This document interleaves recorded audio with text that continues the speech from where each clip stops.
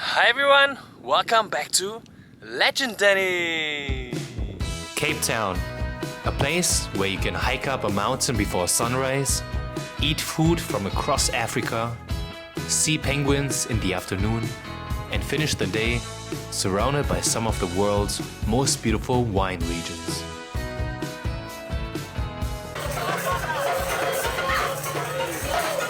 In this video, I'm taking you along on our trip through Cape Town, from African dining and sunrise hikes to local markets, wildlife, and of course, plenty of wine. Let's go! Our first proper night in Cape Town took us somewhere that was definitely not your typical dinner.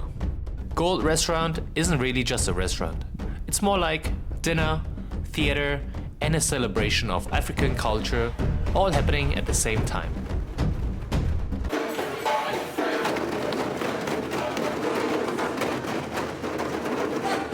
From the moment we arrived, there was traditional music, dancing, and drumming, and the whole place had a really energetic atmosphere. During the evening, we also got our faces painted by the staff, while the performers kept the whole restaurant entertained. And of course, there was plenty of food to go around, with dishes inspired by different parts of Africa, really delicious. Every single dish was really good. South African sambosa, that is lamb with venison.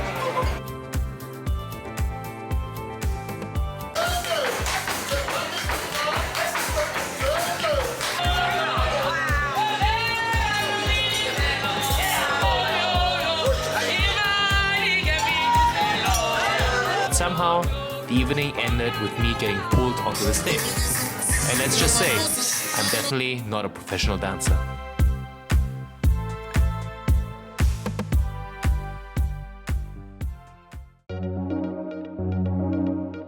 The next morning started much earlier. We had to meet up with our group at around 5 AM for a sunrise hike up Lion's Head. At that time, Cape Town was still completely dark, and all you could really see were the lights of the city below us. The hike took a while, but as we climbed higher, the views slowly started to appear. And eventually, we made it to the top, just in time for sunrise. Honestly, waking up that early was completely worth it.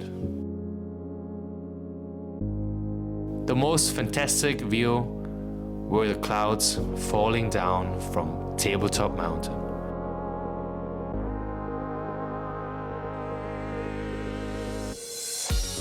Watching the sun come up over Cape Town from the top of Lion's Head was one of the highlights of the trip. Apparently, some people were willing to take their Instagram photos to a completely different level.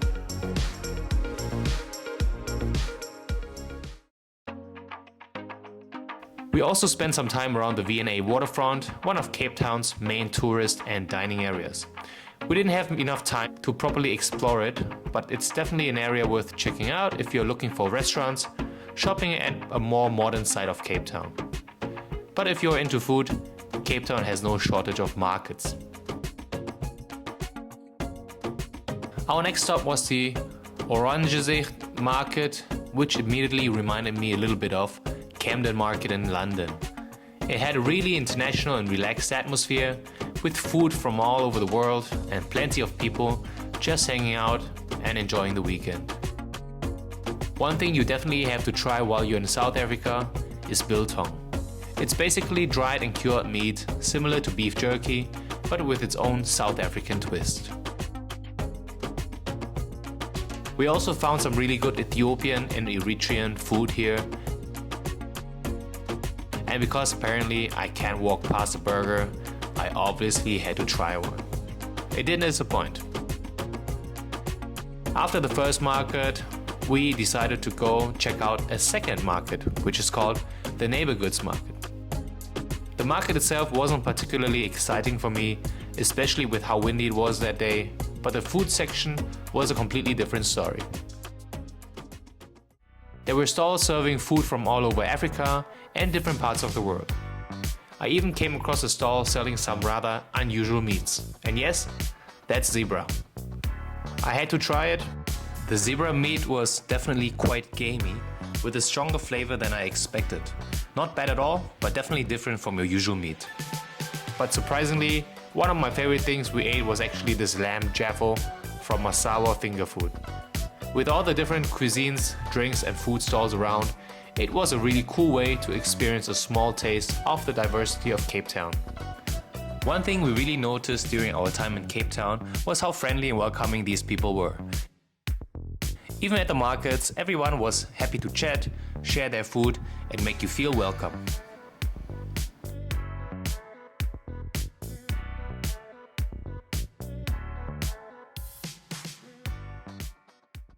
The next day we joined a full day tour around the Cape Peninsula. We started with a quick stop in Bo-Kaap, one of Cape Town's most colorful neighborhoods, before continuing towards Maiden's Cove and Hout Bay. From Hout Bay, you can also take a boat out to see the Cape fur seals, and there were absolutely loads of them, covering this tiny island, with some just chilling on the rocks, while others were swimming around the water. Definitely a pretty cool sight. From there, we continued towards Cape Point, and somewhere along the way, we came across something I had never seen before. A male ostrich doing what looked like a full-on dance to impress a female, probably a mating dance.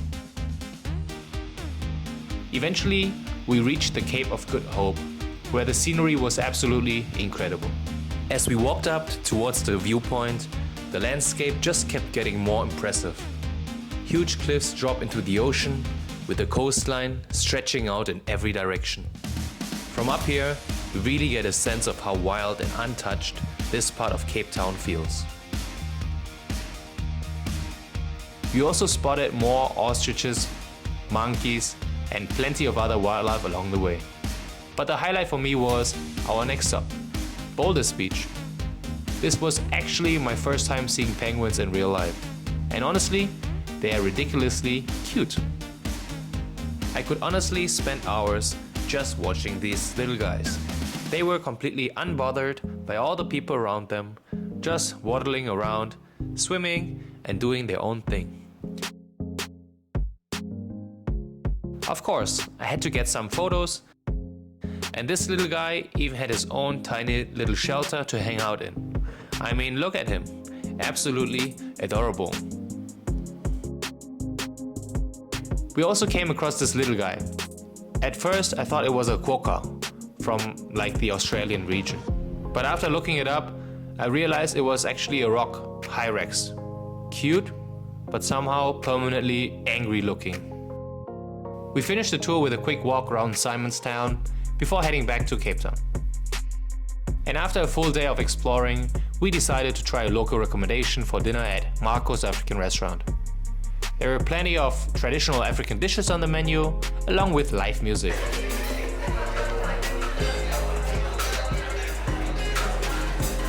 I also had to try something I had never had before, umboti, a traditional fermented African beer. It's served in a big bowl, and let's just say the sour fermented flavor takes a little getting used to. For dinner, we ordered a pan-African platter with ostrich, kudu, and springbok fillets.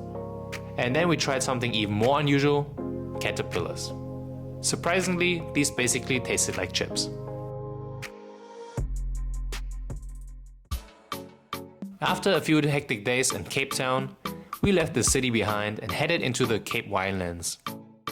As we drove through Stellenbosch, Franschhoek and Paarl, the scenery and architecture started to feel completely different. In some places, it honestly felt like we'd suddenly been transported somewhere in Europe. 3, 2, 1. Our first wine stop was Blauklippen in Stellenbosch. The estate itself was beautiful, and we got to see some of the production area before naturally getting to the important part, the wine tasting. And of course, the wine came with a cheese platter. If you find a wine you really like, some of these estates also have shops where you can buy bottles and depending on where you live, have them shipped to you. From Stellenbosch, we continue towards Franschhoek.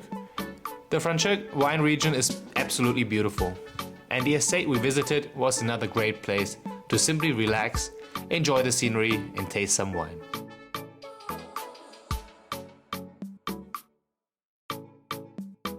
Our final stop was Reebok's Kloof, which didn't disappoint either.